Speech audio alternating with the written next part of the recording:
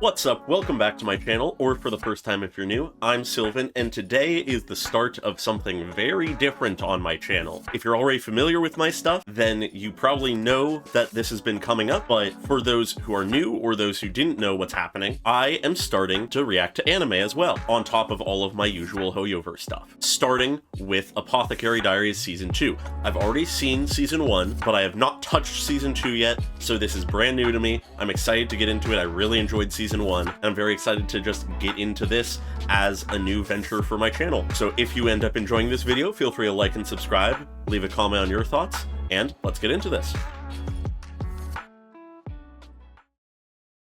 Oh, okay, straight into the opening. Let's see what I think of the song. Some good moments. Ooh. Interesting. Very different vibe from the first two openings. Maomao, of course. Ooh. Poison. More poison. Okay. Oh, now we see some of the other characters. God, I'm gonna have a terrible time remembering all the names. It's been just long enough since I watched the first season. Jinshi? Oh? Okay, interesting. Seems we've got some stuff that's probably alluding to future episodes.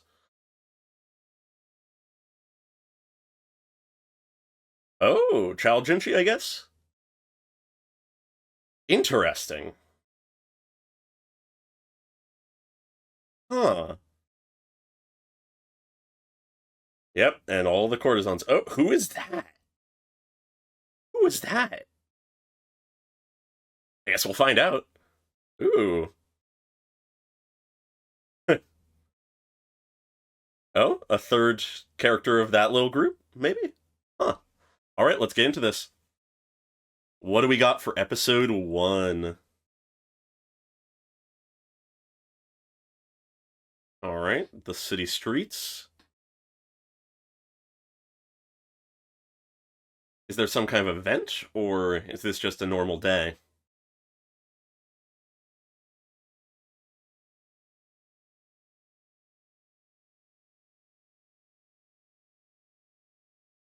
Okay, picking up here.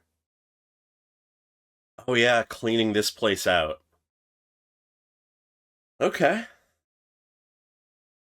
Reminding us that that was resolved in a manner. I'm very curious how that will continue to play in, if at all.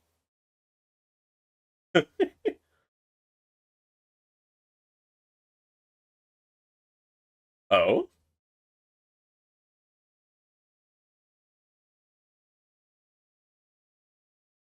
Maomao ordered something?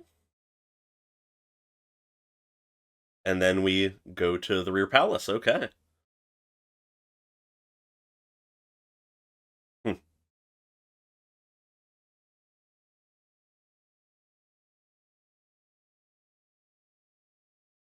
Checking in on all of the courtesans.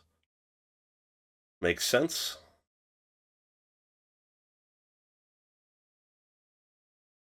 Interesting that they stop what they're doing to bow. I wonder if that's conventional culture or if it's especially showing respect to Jinshi, just given how much everybody loves him. What is this lineup?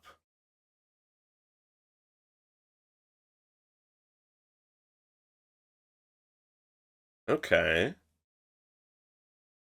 Those are all new ladies in waiting.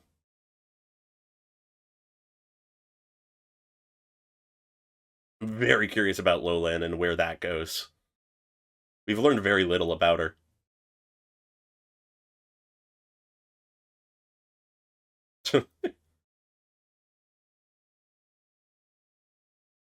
Of course. Of course he was thinking about Maomao.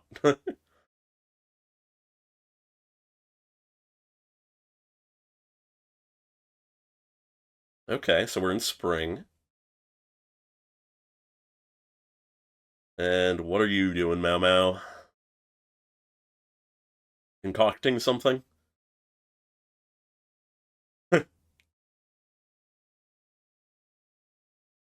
Oh, okay.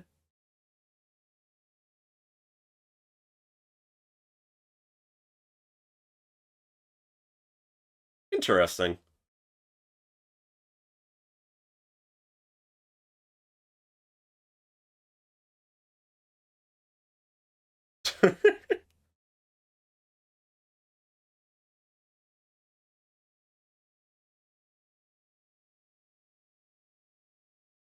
Oh, interesting. I didn't know that.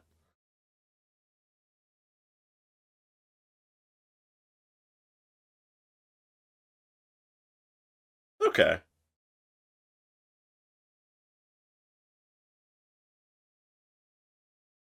Okay. Of course.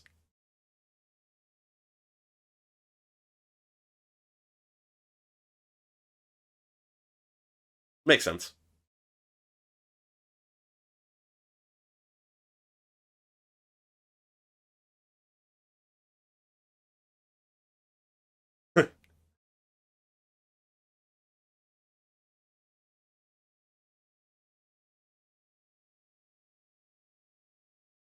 Hmm? Oh. Maomao's package, I assume?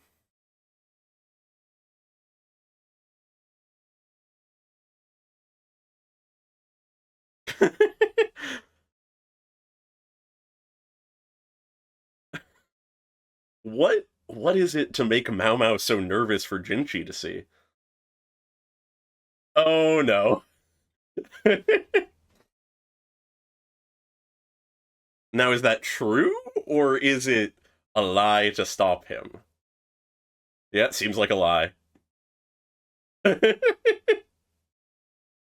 Of course asking the real questions.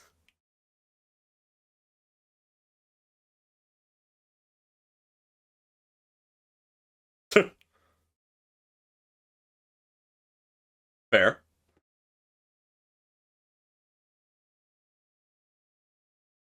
Okay, that's interesting and also makes a bit of sense culturally.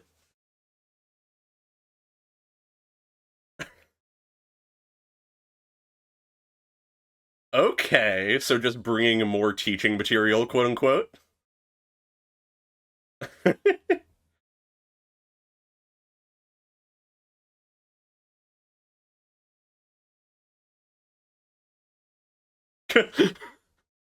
Just perusing it.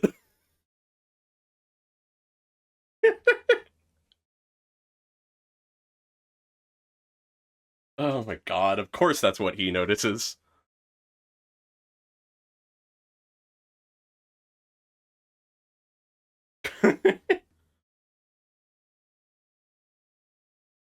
Okay.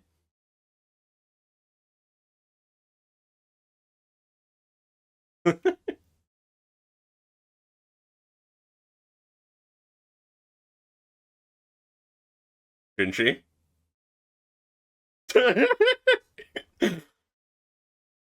Oh boy.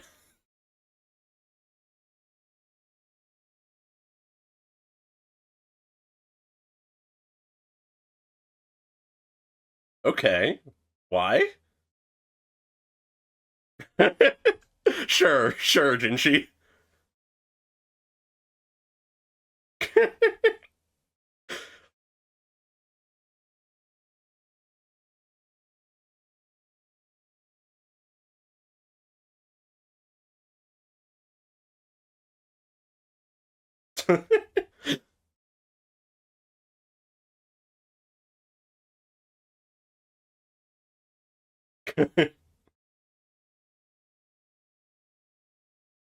Hmm?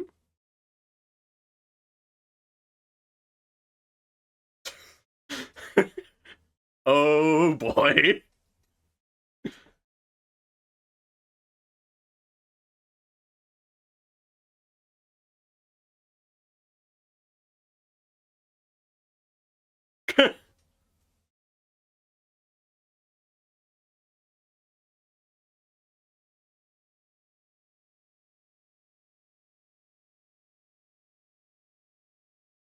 Oh, nice.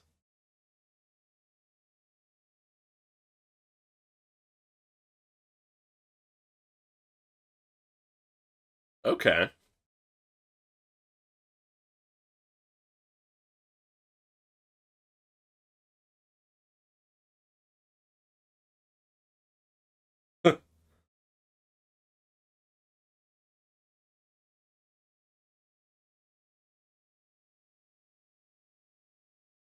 Okay, some popular novel.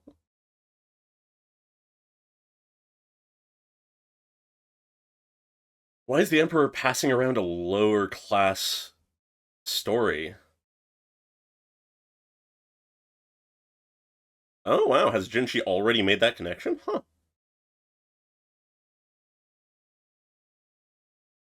Yeah.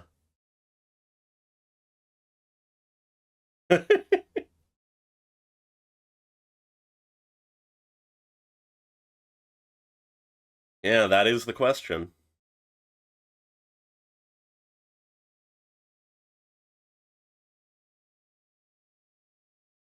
What's the political gain of spreading random stories?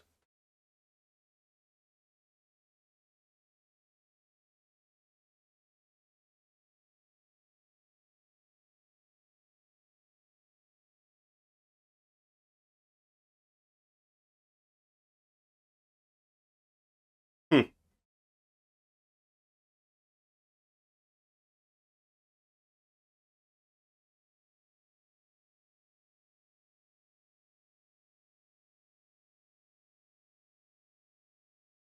Ah. Do they have the means to do that?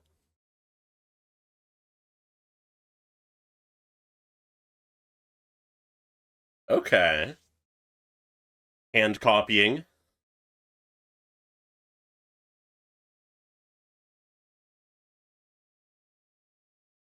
Oh. Yeah. Interesting. Making overall the rear palace more literate?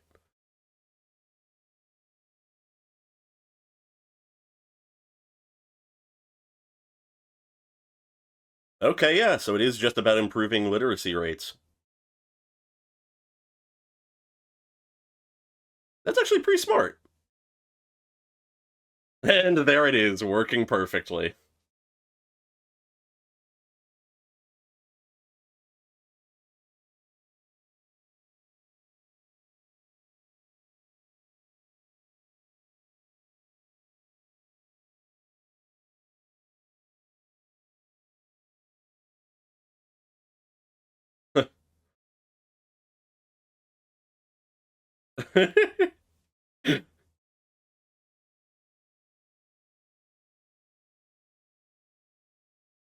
Oh boy. A long way to go.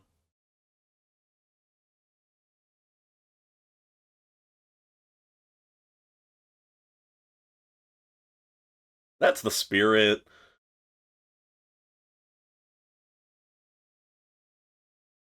It certainly would, especially in a society where not everyone is.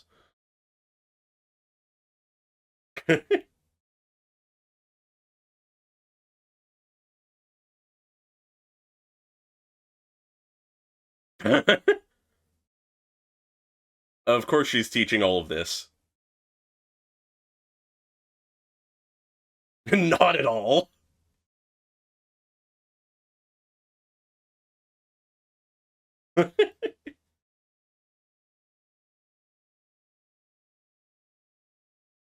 All right, what's going on now? Gonna get the first hint of our first mystery or something? Hmm? What was that?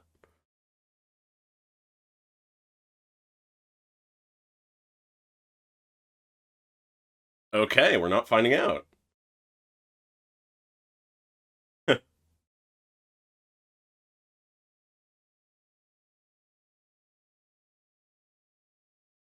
Okay.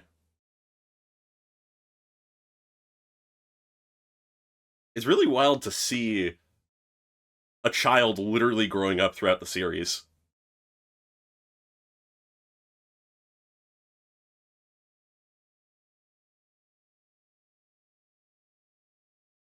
All right.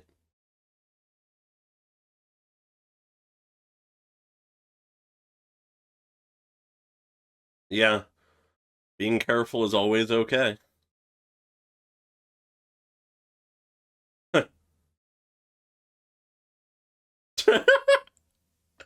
Oh boy.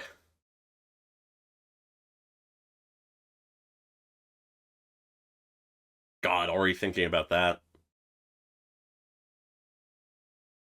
Guess it makes sense.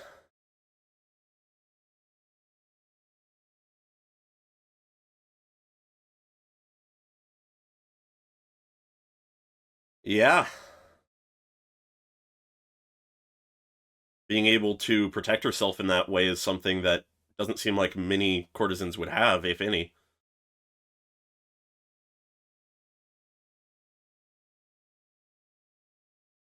Yeah. Ugh. Dangerous environment.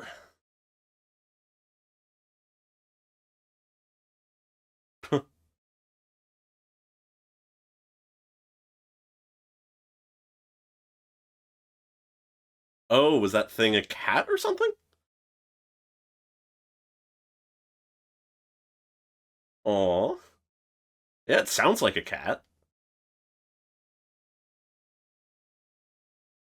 Yeah.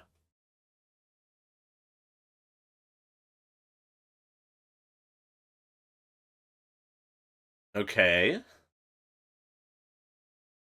Aw. Is it a stray that got into the pavilion?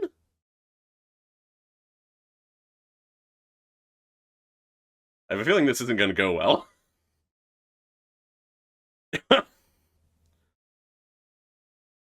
uh, what? Oh, okay. Introduction of this character from the opening. Aw.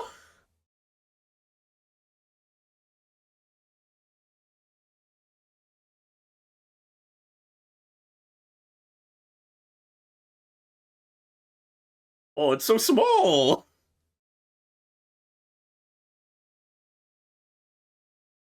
Okay. Immediately in, immediately out. Interesting.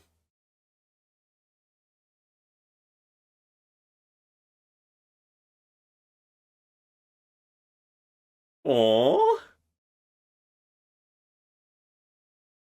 Aw. Baby.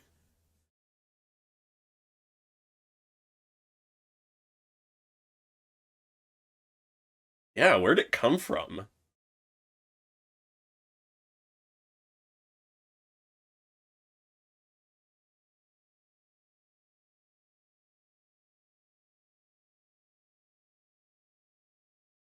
Yeah, I imagine so. Okay, makes sense.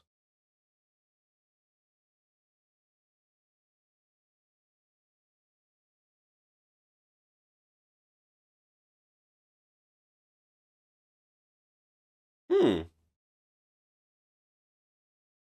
Okay.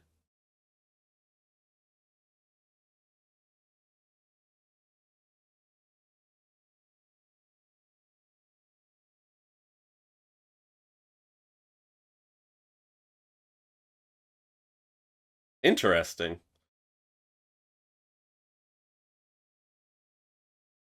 Huh.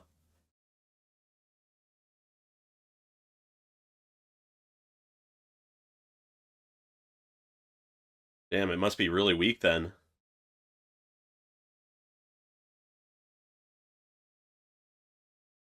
It clearly is very comfortable around them, though, to already be sleeping.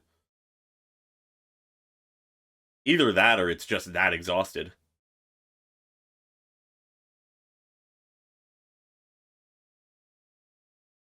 That's actually pretty smart.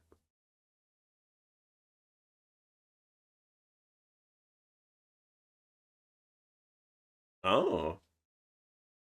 Oh, okay.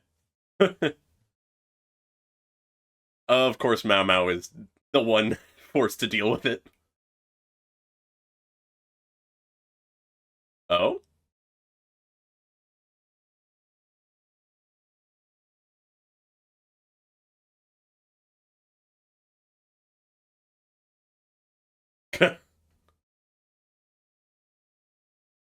Alright, we're jumping ahead pretty quickly.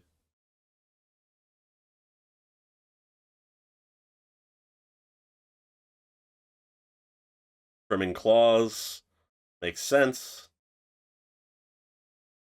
Yeah, that would be bad.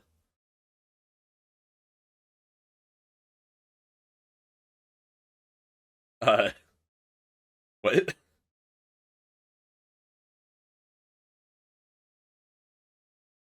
What is happening?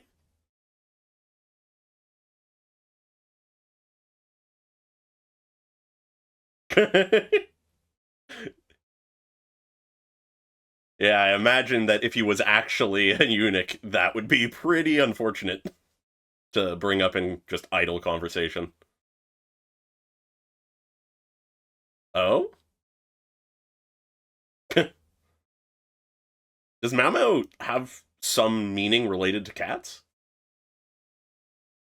Oh, is it? Okay, do they just love cats, both of them?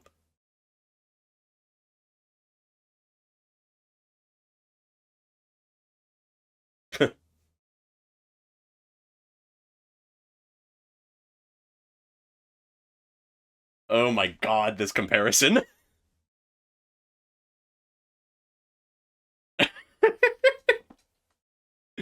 Oh, poor Jinchi.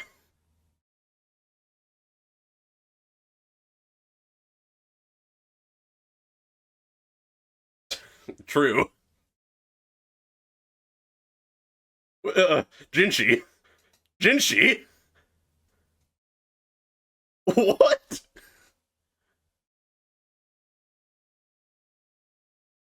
Of course he is. He realized the person he likes is just a cat of a person.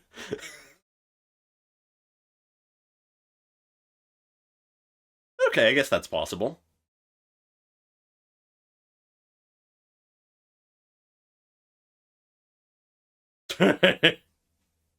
Oh, that's cute.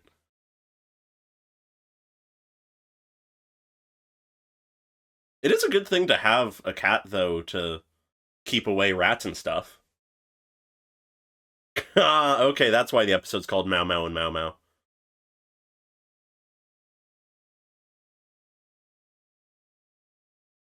Oh, are they preparing for something?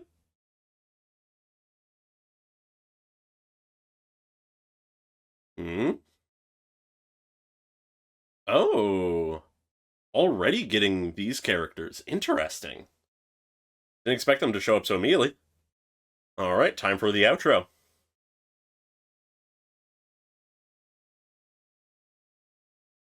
Why do I feel like I recognize this voice?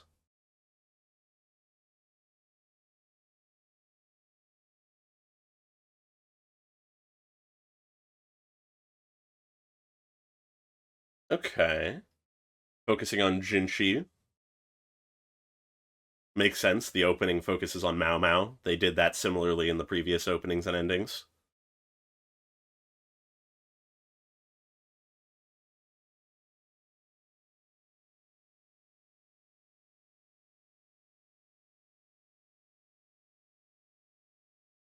Mmm. The contrasting appearances and stuff of both of them interesting. Both in their disguises and in their true identities. Hmm. God, that's a lot of paperwork. Hmm? Is it Maomao coming in?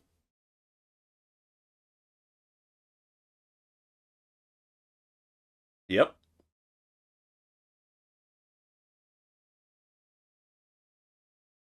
Hmm. Nice. Real understated, but cool. Now, before I get too far into the analysis, for those who are familiar with my other Hoyoverse reactions, believe it or not, I won't be able to get as thoroughly in depth with my analysis as I do with the Hoyoverse trailers and stuff. The sheer just difference in content of a like 3-minute trailer versus a 20-minute episode of anime is just too much for me to go line by line, but I will still try my best to get as much out of this as possible. I gotta say, this is a really solid opener for the new season. It really just jumps straight back into things doesn't worry too much about recap. So the first thing we have in the episode is a reestablishment showing us a few of the characters from last season, showing us what they're doing right now, even if it's very brief. And we start with Maomao, one of the 3 princesses of the Verdigris house, who seems to be cleaning, if I'm understanding correctly, the room that Maomao's mother lived in when she was still here in the Verdigris house. And so because of that, the fact that she's cleaning it after she has left reminds us of the fact that at the end of last season, Lacan had finally learned that Maomao's mother is alive and proceeded to buy her. They were reunited. I'm curious to see if that will come up again later in the season, if we'll see them again. But for now, this is just a reminder of the fact that that is a thing that happened. And it makes sense that Maomao is the character who is the one cleaning here that we see doing this, because she seems to be the person among the 3 princesses who had the closest connection to both Maomao's mother, I'm forgetting her name, and Lacan. So this change means the most to her. And they emphasize that by showing us that she has found a black stone that I believe is supposed to be in reference to the fact that every time we saw Maomao's mother, she, in a sort of delirious state, would be playing Go against herself, almost, using these rough black and white stones. So in finding this and holding it sort of cupped in her hand is a symbol of that. We then cut to the old woman who runs the Verdigris house. I don't know if we've even gotten her name ever, who is clearly happy about a business deal that has been made.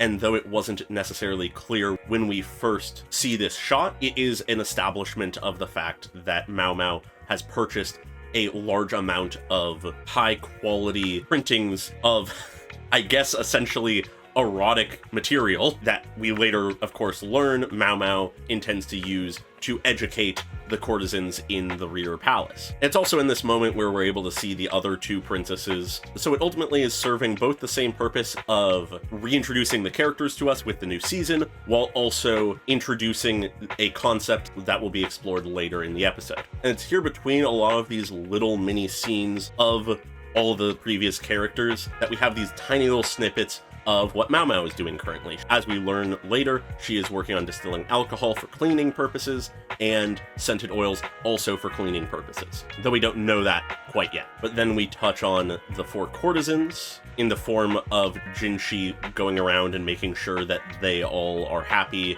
seeing what they're doing, that kind of thing. Very briefly with all of them, but it still is a thing that happens. Then as we watch Jinshi move through the rear palace from the home of one of the courtesans to another, we see that the place he is going into now has a large amount of ladies-in-waiting all lined up ready for him already. And we quickly get revealed that these are all new ladies-in-waiting for the newest of the head courtesans, and that all of these ladies-in-waiting were requested by her father. At least I believe that's who Master Shisho is. I think that's correct, but I could be wrong. And we learn this through Jinshi and Gaoshun quietly, sort of under their breath, discussing the political implications of this, acknowledging that there's a lot of them, that they are new, and Gaoshun notes that it seems far too many, and Jinshi agrees, saying yes, it's not a good look for the other ladies. The ladies-in-waiting of a head courtesan are equally, if not more so, a show of status as they are retainers. So suddenly, for the newest courtesan to get so many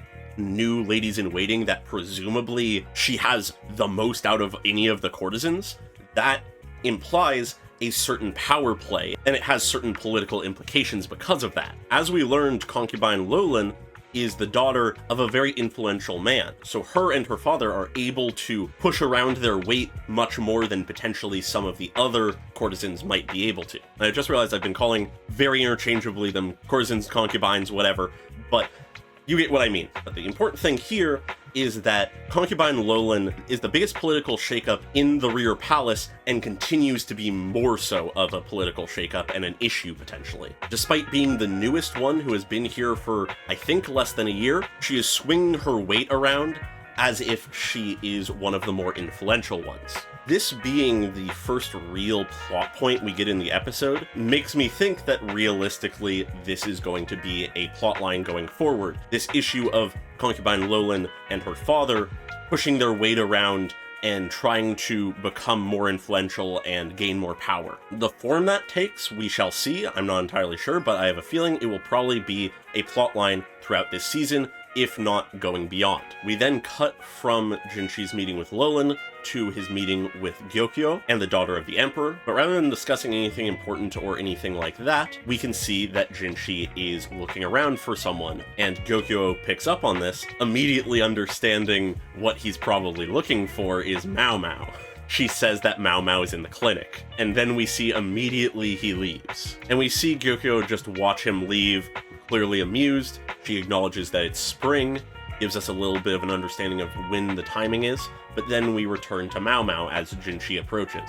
We see that they're working carefully on something, only for Jinshi to appear, ask what she's doing in sort of a concerned tone as he often does. Sort of tying things together, she says that she's using the colored roses that they grew last season to make the scented oils. And when talking about the scented oil, we have this explanation of why she's doing it here rather than the Jade Pavilion, that supposedly some scented oils can actually cause issues with pregnancy. That isn't something I knew. It's a cool thing to learn, I guess, but evidently it's not like the biggest deal, it's just a better safe than sorry type thing. They sort of come to the consensus that it's not something that needs to be restricted or banned within the lower palace, but the development of is still something to be careful with. And it's at the same time as this, as Maomao is sort of whispering that fact to Jinshi, we get explained why she's just not openly saying it, in the fact that the person she refers to as the quack doctor, he's a nice guy, but he can't really keep his mouth shut, and we see an instance of that a little bit later. But then, as she's thinking about that, Jinshi points over to the other thing, which is the alcohol being distilled, and we shift to that, where initially, both me and Jinshi were like, oh my god, she's distilling alcohol, she's started to make alcohol for herself. But no, despite loving alcohol, Maomao is not doing this for herself, but rather to clean up the palace, as evidently she is familiar with the concept that highly distilled alcohol can work very well as a cleaning agent. Once again, it is a case of something that is more modernly known, but at this point in history, in this culture, that is less well known. What it sort of ties back to is the fact that Maomao is taking very careful precautions to make sure that the pavilion is as safe as possible for a child growing up there. She is clearly thinking about Gyokyo, her pregnancy, and her already living child. Once again showing that Maomao is a very considerate person. If she has a task, she goes above and beyond. If she is serving Gyokyo as a lady-in-waiting, she will do so to her utmost ability, even if it's exhausting. But then that conversation gets cut off by the arrival of Maomao's delivery, and of course Jinshi asks what it is, and the quack doctor, as was stated before, can't keep his mouth shut and just immediately says, "Oh, the little lady," and was gonna say she ordered this, but Maomao goes into attack mode, tries to scare him from saying, and tries to convince Jinshi to not look into it. After shutting up the quack doctor, she tries to distract him by making some tea. That doesn't work. She tries to say that it's a package from her family, that it's nothing important, but that is the wrong move, as Jinshi just gets excited. Oh, because it's a way for him to learn more about Maomao and her family and just get a deeper understanding of her. And also, he just likes to tease her, of course, so if he's given a good opportunity, he's gonna go for it. And so, desperate to keep him away from it, she tries to pull a bit of a trump card saying that it's her undergarments. She's clearly sort of awkward and nervous about saying that. It simultaneously is a lie and sort of embarrassing to say in the first place. And that seems to actually work. It seems to get him to back off a little bit, because though he likes teasing people, especially Maomao, even he has boundaries that he won't cross most of the time. But unfortunately for Maomao, though her trick might have worked on Jinshi, Gaoshun is a bit too intelligent, and is also just familiar with Maomao at this point well enough to question her. Bringing up the question, what are these undergarments made of if they require 2 men to carry? It's a giant container, and it took 2 people to deliver it. So reasonably, unless it is just an absurdly large amount of clothing, or it isn't just her underwear, it would make no sense for it to be delivered in that way. At which point, it becomes obvious to Jinshi that Maomao was lying, and Maomao is just annoyed about that fact. We then cut from that to Maomao explaining what it actually is and why she has it. As we briefly saw earlier in the episode, it is a large delivery of books, specifically of the erotic variety, and the reason she got that is not for herself or anything like that. As we know, Maomao is not really at all interested in that kind of stuff, and the real reason is because she has recognized a fault in the system of the Rear Palace. That being the fact that most of the women in the Rear Palace are very innocent in the matters of sex, as she says. Though not all the servants need to necessarily know, all of the actual concubines of the Emperor would benefit greatly in their roles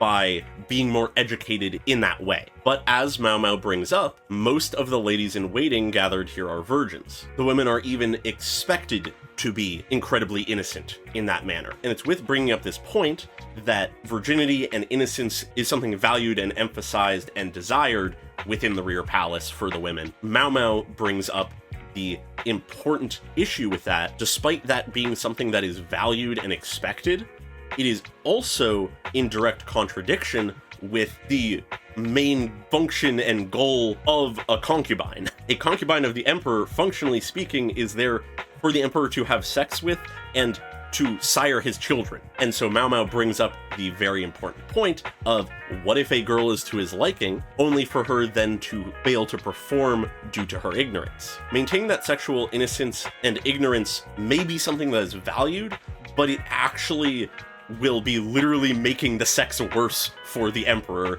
and that is sort of contradictory to the point. So Maomao took it upon herself to educate the concubines. She thinks that it would be a good idea to properly educate them so that none of the concubines underperform, which makes an amount of sense. Maomao is a very practical person.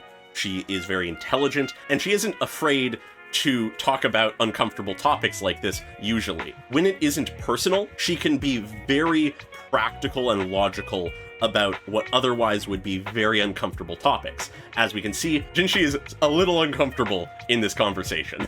But from a practical standpoint, it makes a lot of sense what Maomao is saying. And with that explanation, it wraps around to the fact that, oh hey, what she got was a ton of erotic literature. Something to use as the education material she would use when teaching all of the concubines. And the connection is made for us that this is similar kind of material as Maomao used in one scene from the previous season to teach the head concubines then as well. So she's really just expanding the literature she has access to for that education. But then the subject begins to shift. We have this moment where Gaoshun is very intently looking over the pages of one of the books. And there's this moment of like, wait a minute, what? Why is he so interested in this erotic book?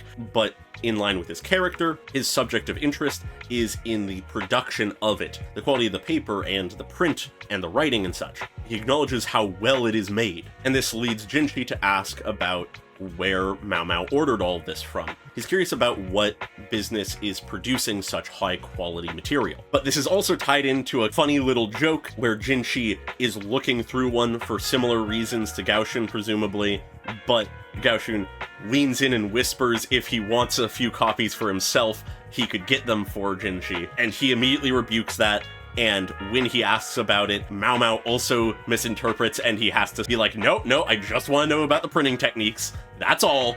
I'm not weird. And Maomao sort of teases him about this, having fun with it, being like, yeah, sure, you want to know about the shop's printing techniques. Yeah, that's what you're interested in. But at the end of the day, Maomao does presumably give Jinshi the name of the store that she got all of this from, as we then change scenes to Maomao with Xiaoling, I believe her name is, who is being rather dramatic, as she, I believe, is supposed to be reciting some lines from the book that is going around the Rear Palace currently. And she, as almost always, serves as our gossip monger who introduces us to the fact that this is going around. In this case, what she is introducing is the fact that there is a popular novel that has been able to get into the Rear Palace, that though plenty of the girls are illiterate here, those who can read have been reading them for everyone else, and everyone is obsessed with these books. And as Maomao returns to the Jade Pavilion, we see that even Gyokyo's ladies-in-waiting are reading these books. And it's here that we also learn that the Emperor himself is the one who had these handed out. So rather than this being a natural development, it is the Emperor specifically having it spread throughout the palace to all of the servant girls to read. But as we later learn, this was almost certainly an idea of Jinshi's, and Maomao begins to pick up on this. She begins to realize that the intent with this is to raise the literacy within the rear palace. Plenty of servant girls here are completely illiterate, and as we saw in the first episode of the show, is a hindrance to many of the girls and their work. So with the help of Jinshi, the Emperor is doing something to try to change that. By getting people passionate about books, it gets them passionate about reading, which then makes them want to learn how to read and potentially even how to write. And the way they get them passionate is by spreading a popular novel, something that Maomao acknowledges is normally seen as fairly lowbrow literature compared to what would be expected of the people in the rear palace to read. As we see then in this next scene very immediately, Xiaolin is once again the embodiment of the common servant girl in the rear palace's thoughts, opinions, and beliefs. And with that, we are able to see that she has fallen hook, line, and sinker for the Emperor and Jinshi's plan. Having become obsessed with the book that's going around, she wants to start learning to read so that she can read it herself. And very kindly, Maomao begins to teach her. And we get this interesting bit of characterization that Xiaolin is actually thinking about her future. She isn't expecting to be a servant girl in the rear palace for the rest of her life. She expects to do things beyond that. And she knows that learning to read and write will help her in the future. It's then we transition away from that to a night scene where we have set up what will be the rest of the plot for the remainder of the episode, being that of the kitten that has arrived. In this initial portion, it's made to seem much more sinister. We never clearly see the cat, and it almost seems like someone attacked one of the servant girls. But clearly that isn't the case as we learn, unless things are more complicated than they seem. And from there, we cut to a different scene with Maomao being with Gyokyo and Princess Lingli, as the two of them basically acknowledge that Princess Lingli is growing up. She's getting older, she's becoming more mobile, and that realistically she can't be stuck inside the rest of her childhood. So they discuss the logistics of what it will look like to have her go on walks around the rear palace. And though she doesn't say it out loud, Maomao thinks to herself the fact that all the precautions being taken seem like a bit of an overreaction, given that the rear palace realistically is a fairly safe place. But she also recognizes that both Gyokyo and the Emperor definitely want to be as careful as they can be with their child, given that all of the Emperor's other kids have died young. And this is essentially the first time where a child of the Emperor has survived into early childhood, from how I understand it. So it makes sense to be very careful, even if it is a bit of an overreaction. And it's here that Gyokyo asks Maomao to, while she is overseeing the princess on a walk, to teach Princess Lingli about creatures and plants and stuff, which though one of the other ladies in waiting questions if that is necessary, Maomao seems to agree that it makes plenty of sense. Starting the education of the princess early on makes plenty of sense, and also if it means that she learns a little bit about poisons and potential dangers, all the better for a princess who very well later in life might find themselves in plenty of precarious and dangerous positions where that kind of knowledge could be useful. And in line with this, the idea that the princess, though young, will eventually be old enough that the subject of marriage will arise. As a princess of the Emperor, she inevitably will be married off for political gain in some way. Then we follow up on that scene by seeing the princesses walk through the rear pavilion, as Maomao thinks to herself about the political presence and implications of the princess. The fact that there is a wide variety of opinions and thoughts that those within the rear pavilion have towards her, despite her being nothing but an innocent child currently. There are those who think she's just an adorable child. There are others who look at her as just a political tool that either they can exploit or that they view in disgust, because she is a symbol of the power of Gyokyo as the only concubine to successfully have sired a child of the emperor.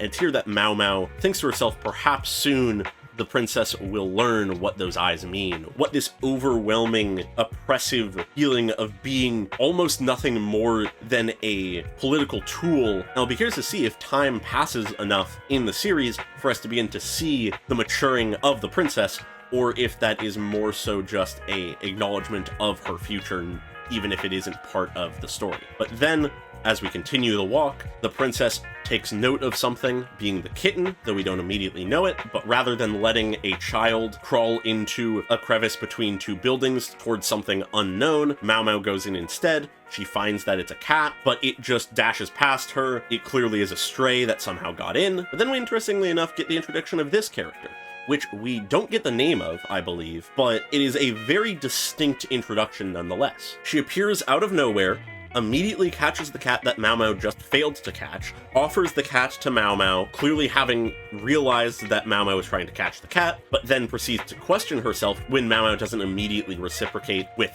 thanks or anything, just doesn't say anything, and is clearly just a sort of peppy, energetic figure. Pretty much just as quickly as she arrives, she leaves, and that is all of her presence in the episode. It's really interesting. I would still be interested in this interaction even if she wasn't in the intro, but the fact that we see her in the intro together with Maomao and Xiaolan makes me think that she is going to in some way integrate into that little group. So presumably we'll see more of her going forward, and I'm curious to see what that looks like. Then we see that the princess really wants to hold the kitten, but Maomao denies that, saying that it's dirty, and also it seems very weak and frail, so it would not be a good idea to put in the hands of a child. And from here, the rest of the episode essentially follows Maomao attempting to take care of and help raise this kitten. In this time, we get the explanation that there aren't really any pets in the rear palace. You need a permit for them, and cats and dogs need to be castrated. So the fact that a kitten got in is sort of a surprise. But it's also at this time that we learn that the quack doctor actually has an affinity for cats and knows a thing or two about raising them, having found one and presumably helped it out at some point in the past. But then we very quickly begin to see the progression of Maomao raising the cat, it growing healthier, and then Jinshi shows up. We see that Gaoshen is blushing. At first I had no idea what was going on there. Clearly him and the quack doctor are conspiring to a degree. We learn it's just that they both are cat lovers. It's with this that the discussion of what cats are like and whether or not the different people here like cats is brought up. Maomao states that she doesn't actually like cats that much, despite her name. We obviously have the clear sign that Gaoshen and the doctor really like cats, and Jinshi seems a bit indifferent initially, but as Maomao begins to explain the types of behaviors that cats have and the kind of things that people like about cats, Jinshi here is just thinking about all of the interactions he's had with Maomao and how they perfectly reflect onto the behaviors of a cat. And it is really, really funny. And it's at the end of that goofy little comparison that Maomao thinks about the fact that all of the little kissing and poking of paws and stuff that people do with cats to show affection is realistically very unsanitary, only for it to be in direct contrast with Jinshi just putting the cat on his face, which is so silly. He's realized that he's a cat lover because he loves Maomao. It's the silliest thing in the world, but it is so Jinshi. And as he pulls the kitten away from his face and he's blushing, the sun radiating onto his face, he goes, "I think I get it now." And as time continues to pass, we are told that they never learned how the kitten got in. Just chalked it up to it coming in on some random cart, but that it has become a good thing for the palace as it has begun to catch mice, and has been granted the title by the emperor of Admonisher of Thieves, which is real fucking cute. And we also get the reveal that the choice has been made to name the cat Maomao, meaning that there are now two Maomaos in the clinic and in the palace. Maomao the person isn't too jazzed about this, but she's also not the kind of person to bring up such complaints. So she just to herself is like, I don't get why they did this. It's sort of annoying, but from an outside perspective, it's real cute. And then as we move towards the end of the episode, we see that the Jade Pavilion is preparing for something. There's a mention of a caravan coming.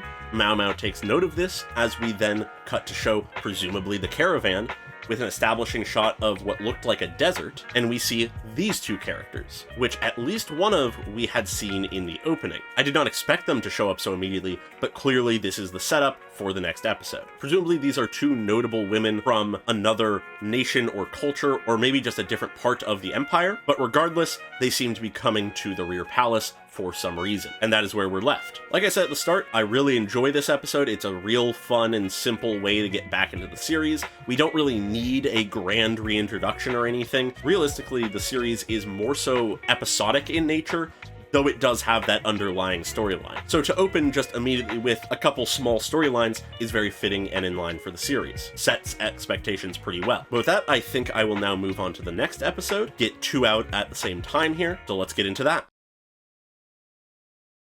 Starting with Jinshi, alright.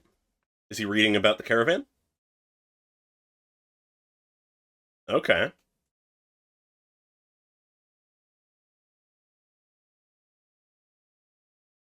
Okay, so it is a foreign nation that's coming in.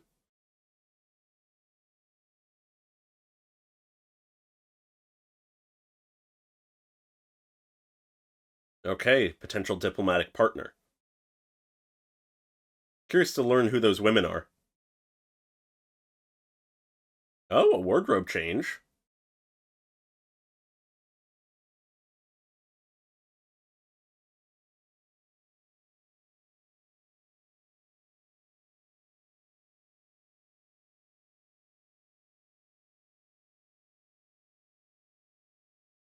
Hmm.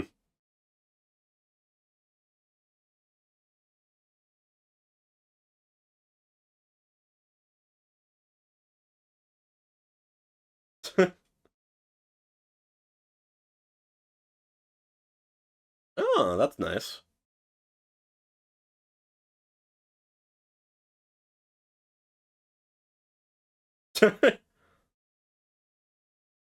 Of course, she just has that on hand.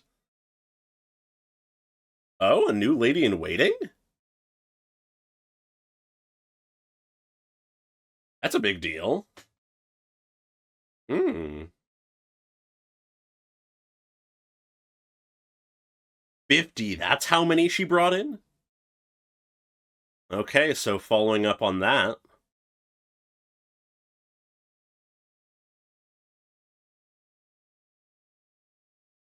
All about messaging. Okay. Geez, so they've had 5 where every other one has had dozens.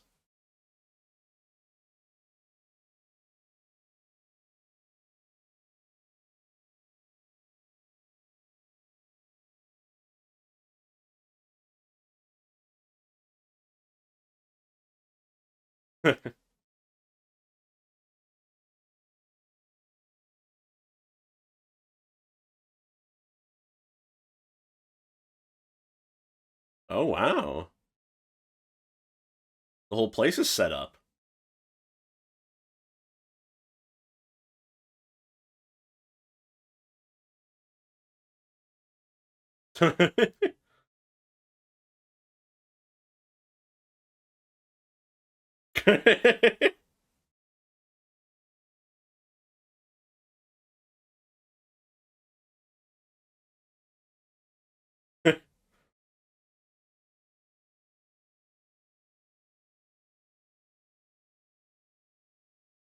Oh, alright.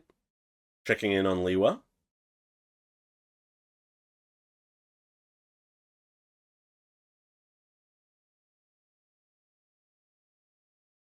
Hmm. Shin, okay.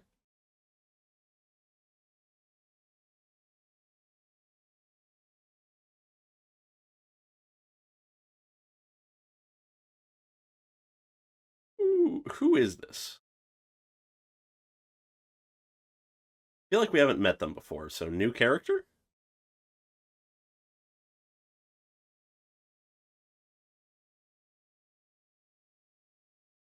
Why is she afraid of her?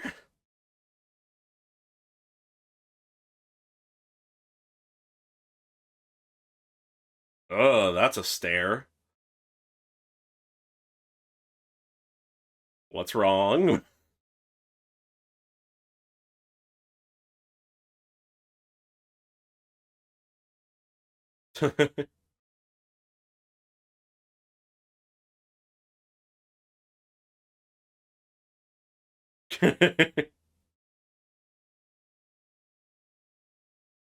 Yeah.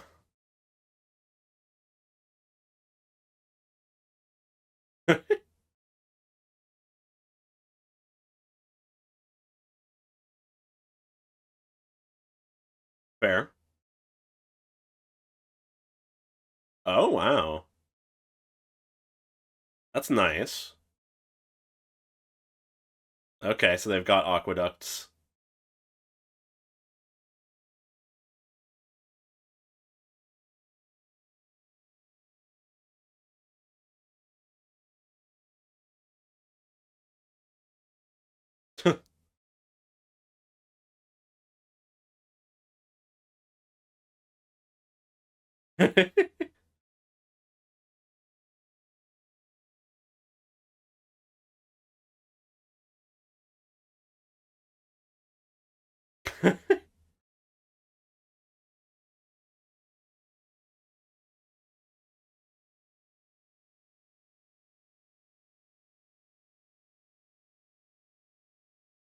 Fair.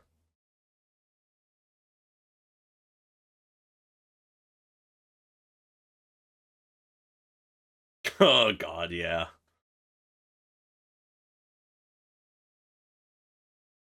Makes sense.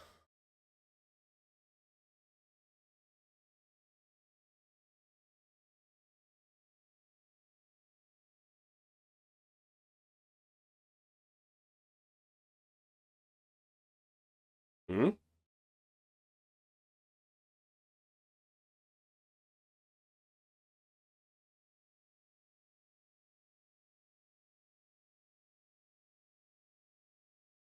Hmm. Okay. What does this mean?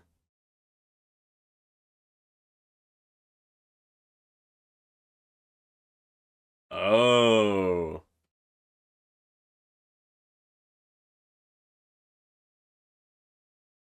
Yeah. But how'd they know to bring that?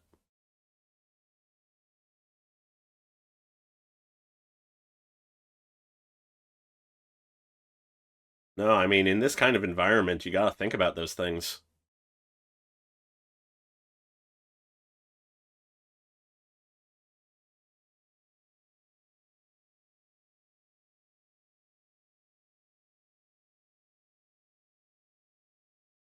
Okay. Seems like they pick up on it. Yeah. Interesting. I wonder what that could be about.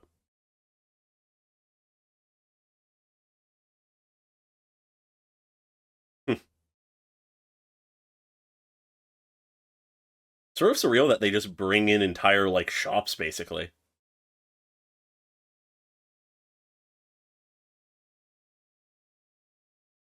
Hmm. Oh, getting something for Jean. Ah, my brain. Names are bad. Xiaolan, that's it. This type of creature.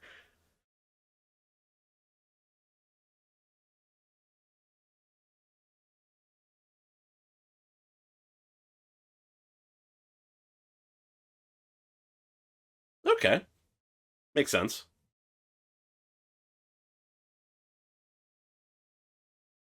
Yeah.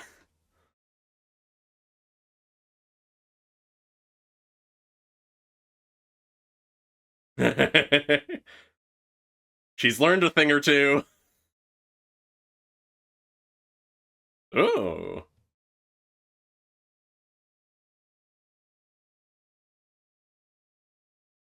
All right, buying some spices and such.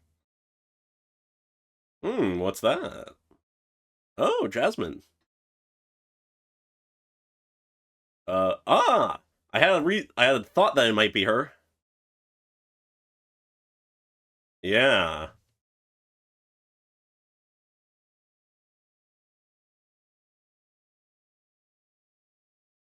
she's sweet. Okay, so they already know each other.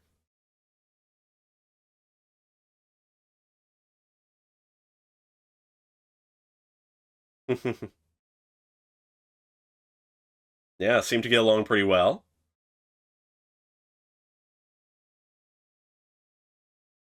Yeah.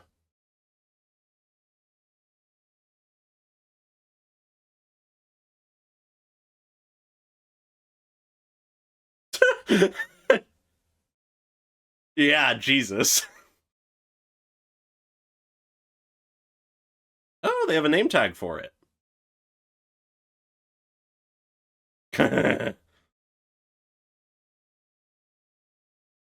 Yeah.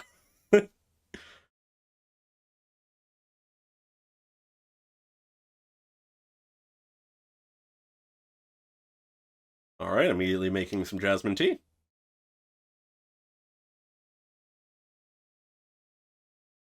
That's cool to see.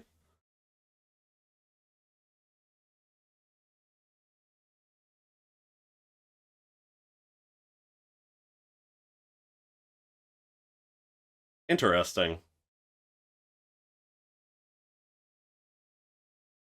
Wow, they're really treating them.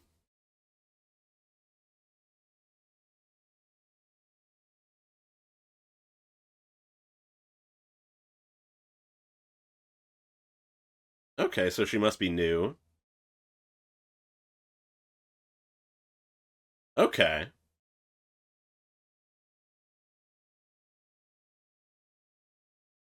Yeah. I've been curious to see them. That's a good point.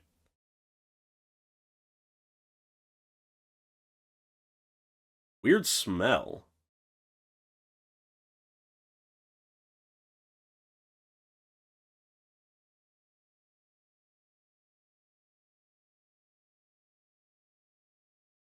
Yeah. But would it be that simple?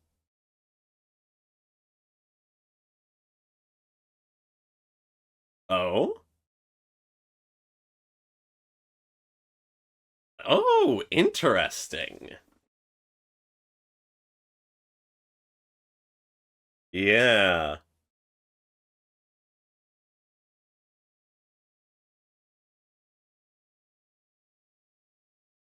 So this is how they're gonna connect?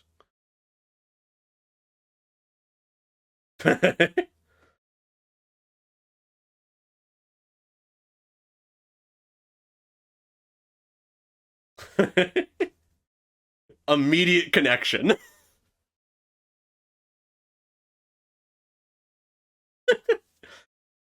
That's fun. Oh? Someone's sick?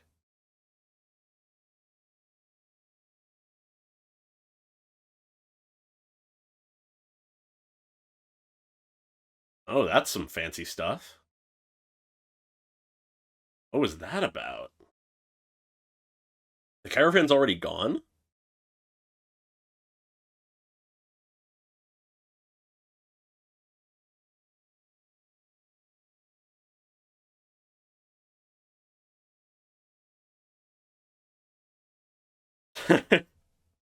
Yeah, that's fair.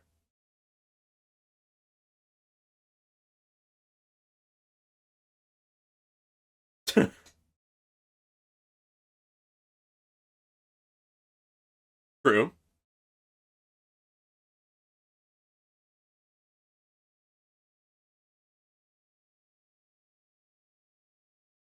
Oh, what did she realize? Are they all rose? Oh, does this have to tie with the known pregnancy?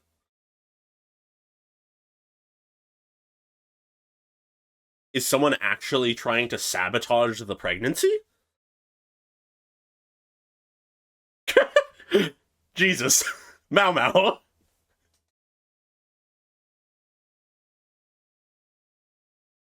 Oh, it's her, Shin. Oh, the head lady in waiting. Okay.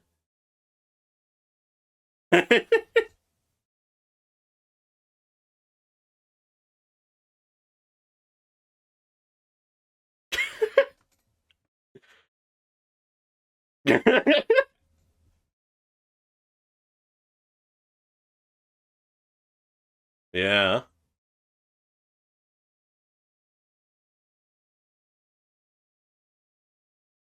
Now the question is Shin involved in this, or is she something else?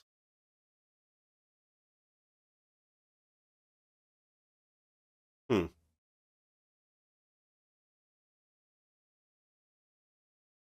Okay, so it wasn't just Rose. Yeah, makes sense. Okay.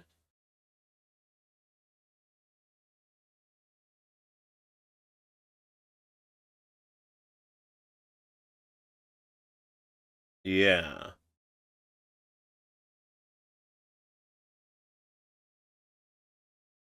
Oh, weird. So everything is leading towards a cancellation of pregnancy. But if you put them all together, yeah, excessive quantities. So someone is actively trying to cause problems. But is it from within or without?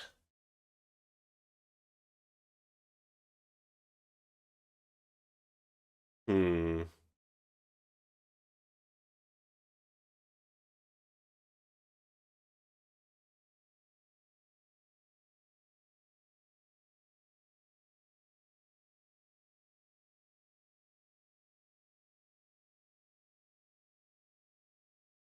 Yeah.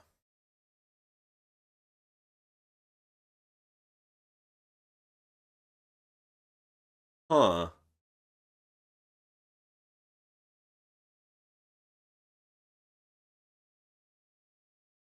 That's what it seems like. It would be far too much of a coincidence.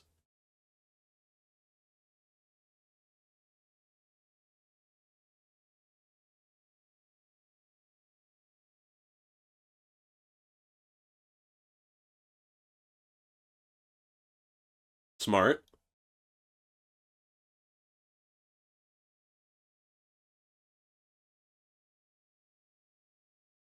Yeah, lots of coincidences.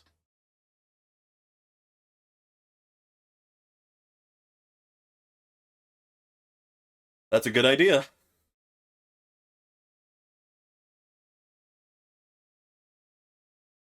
Could be related to her.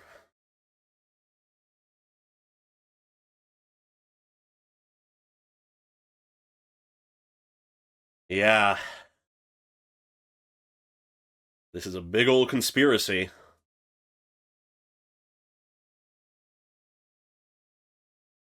Hmm.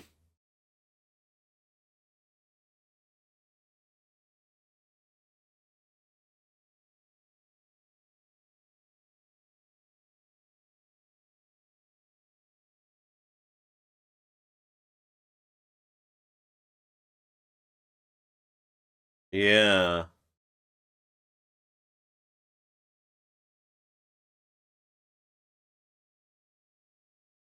that is always the issue, but always erring on being careful.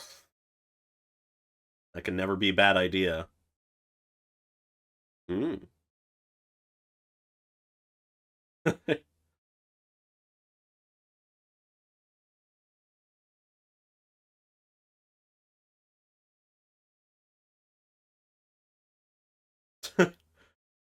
Do you think that would ever stop her, Jinshi?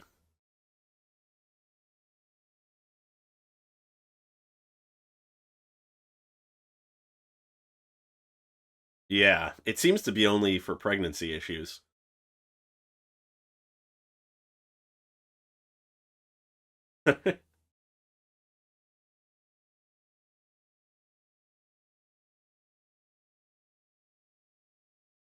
Hmm.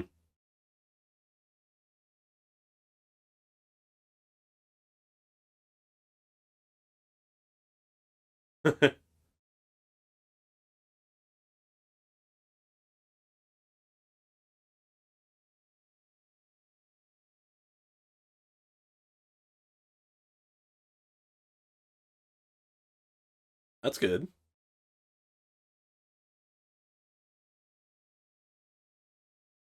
Interesting.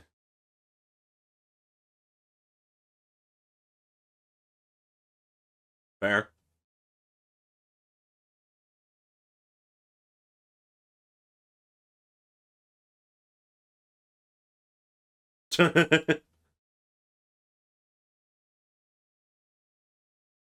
Oh?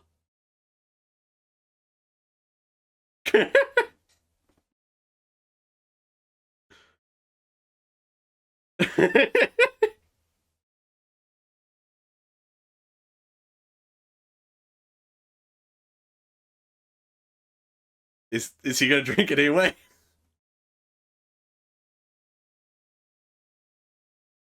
Wow. Actually in a bit of a bad mood.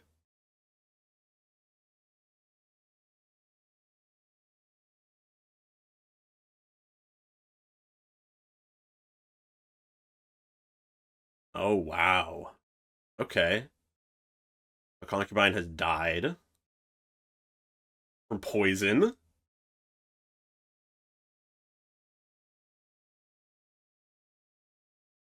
Focusing on the tea, is that the issue? Why did she seem sad? Okay. That's interesting. What is the vibe of this ending? All right, I'm gonna try to move a little bit quicker through this analysis because the last one took a bit too long, but I'm still gonna try to cover as much as I can. So this entire episode, as given its name being Caravan, deals with the Caravan. There's this period in the beginning where all of the ladies in waiting for Gyokyo are discussing the various fashion trends and what outfits they have and stuff, and explaining what they do with out of trend fashions, that kind of thing. And this leads into talking about the Caravan because they'll be able to get new clothing and stuff with that. But it also brings up the fact that Gyokyo is getting more ladies in waiting. Makes sense that she needs more help while she's pregnant. It also leads into a further discussion of the four head concubines. And something I find interesting is it seems like there isn't just one new lady in waiting coming, but perhaps three. Maybe it's that these are three potential candidates and then one will be picked, but I also feel the simpler option is just that these are three new ladies in waiting on the way. Interestingly enough, we don't see them in this episode, but perhaps that'll be in next episode. But it's during this discussion about the Caravan and such that it is emphasized that it's bigger than usual and that Maomao hasn't seen it before. But then we cut over to Lihua, who is rubbing her belly, which my first instinct there is to think perhaps she's pregnant, or maybe she is merely hoping to be. Who knows? They don't give us a clear answer here, it's just that's what immediately comes to mind given her role and this action. But the real purpose of this scene is to introduce Shin, the head lady in waiting of Lihua, who seems to have this very cold exterior. I find it interesting that we haven't met her before, given that Maomao briefly worked here, but clearly she is a very important character going forward. But then we follow her as she leaves, when she is met by presumably another lady in waiting, or just another servant, who is offering her a message from the clinic. So obviously having to do with either the quack doctor or Maomao. But what I find interesting here is the fact that this servant is nervous. She's afraid even. And my guess, based on the attitude of Lady Shin, is that she is afraid of Shin. So far, what we have been shown of Lady Shin is that she is this cold person who clearly is up to something. Whether she is connected to the grand conspiracy, just this one incident related to all of these potential poisons coming in, or something entirely unrelated is to be seen. But based on this introduction, it is impossible to me to imagine that she is not involved in something dangerous and conspiratorial in some way. But really all we get for now is, after reading this message, which we don't get to see, she has this dark glare enter her expression. It's almost murderous, is sort of the vibe it's giving off. And I'm not entirely sure what the message could be, but my guess is it has to do with Maomao. Perhaps it has to do with the fact that Maomao very well might prove an issue for her. If she is truly involved in some kind of conspiracy, Maomao realistically at this point is the main obstacle to get around within the Rear Palace when it comes to trying to poison people. So my guess is it has to do either with Maomao in some way, or they were trying to do something to the clinic or with the clinic, but that was stopped, presumably also by Maomao, even if unwittingly.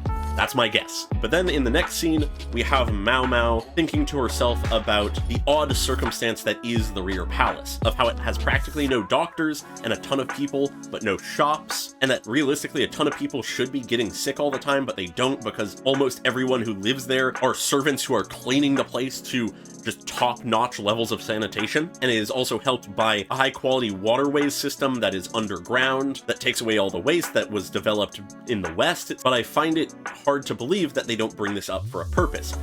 Almost always, there is some little detail that comes up that then is later on used as a piece of evidence. And even this comes up later, very briefly, when Maomao, the doctor, Xiaolin, and Shisui, I believe her name is, the new girl, are just having a conversation, and Shisui mentions that there's a weird smell on the north side of the rear palace. And someone offers the idea that maybe an underground waterway got clogged, which just leads me to the idea that in some way, shape, or form, the hygiene and sanitation of the rear palace will come into question or in some way be used in some kind of scheme in one of these upcoming episodes. We then have a scene showing what Gyokyo had bought from the Caravan, acknowledging that she realistically bought way less than any of the other head consorts have in all likelihood. And though that is the main subject of discussion, it is once again talking about the politics between the head consorts. Despite being the current favorite of the emperor, Gyokyo is in a way the most humble in the sense that she has the least ladies in waiting and she's buying the least things, so it gives off a certain message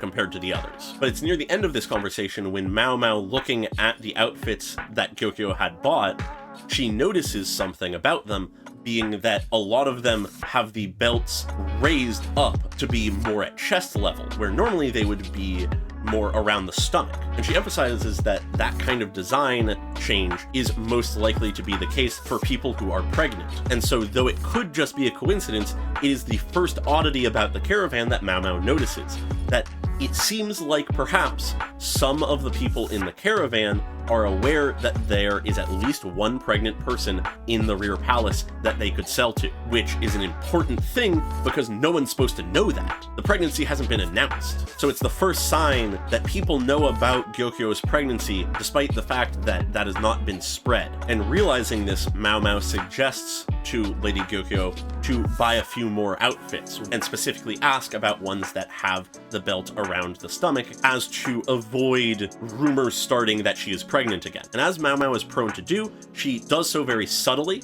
She doesn't outright say the reasoning, but it seems that Gyokyo is able to pick up on it. From there, we move to Maomao and Xiaolin on the final day of the Caravan, checking out what's still in stock. Maomao buys something for Xiaolin, and then some spices and teas. But as she's buying some, she runs into someone else, someone from last episode, who turns out to be Shisui, as we shortly learn, who is the same person who had caught the cat. And this serves as her more proper introduction. We learn her name, we learn that her and Xiaolin already know each other, and so the three of them return to the clinic, partially to see the cat, partially just to hang out. There's mention of the special envoys. We once again only are getting mention of them rather than seeing them in this entire episode, which I find intriguing. But then as their discussions continue, discussion transitions to what I was mentioning before about the potentially clogged waterway and the weird smell. Almost certainly that'll come up in a later episode, but then once again the conversation shifts to reveal that Shisui is really interested in bugs and insects and stuff, though it seems her interest is in the creatures themselves more than what can be gained from them. This is an immediate point of interest for Maomao, and they immediately form this connection. It's real cute and nice, and it serves as a really natural point of connection for them, I feel like, and I'm curious to see more of Shisui going forward. But then with the conclusion of that conversation, we cut again to a new scene where the mystery begins to unravel a little bit. While working with the new popular scented oils from the Caravan, Maomao picks up on some very important details. She realizes that some of this stuff smells like roses, which, as we learned last episode, can cause problems for pregnancy. And it's with this that she has a sudden realization, and as she is prone to, she tunnel visions in on figuring this out, coming to a conclusion about it, even if it means causing problems. As we see, she barges into, I believe it's the Crystal Pavilion, where Lady Lihua is, starts smelling people's outfits before she finally stops when she comes face to face with Lady Shin. From here we cut again to Maomao being admonished by Jinshi. They have a goofy little interaction about it,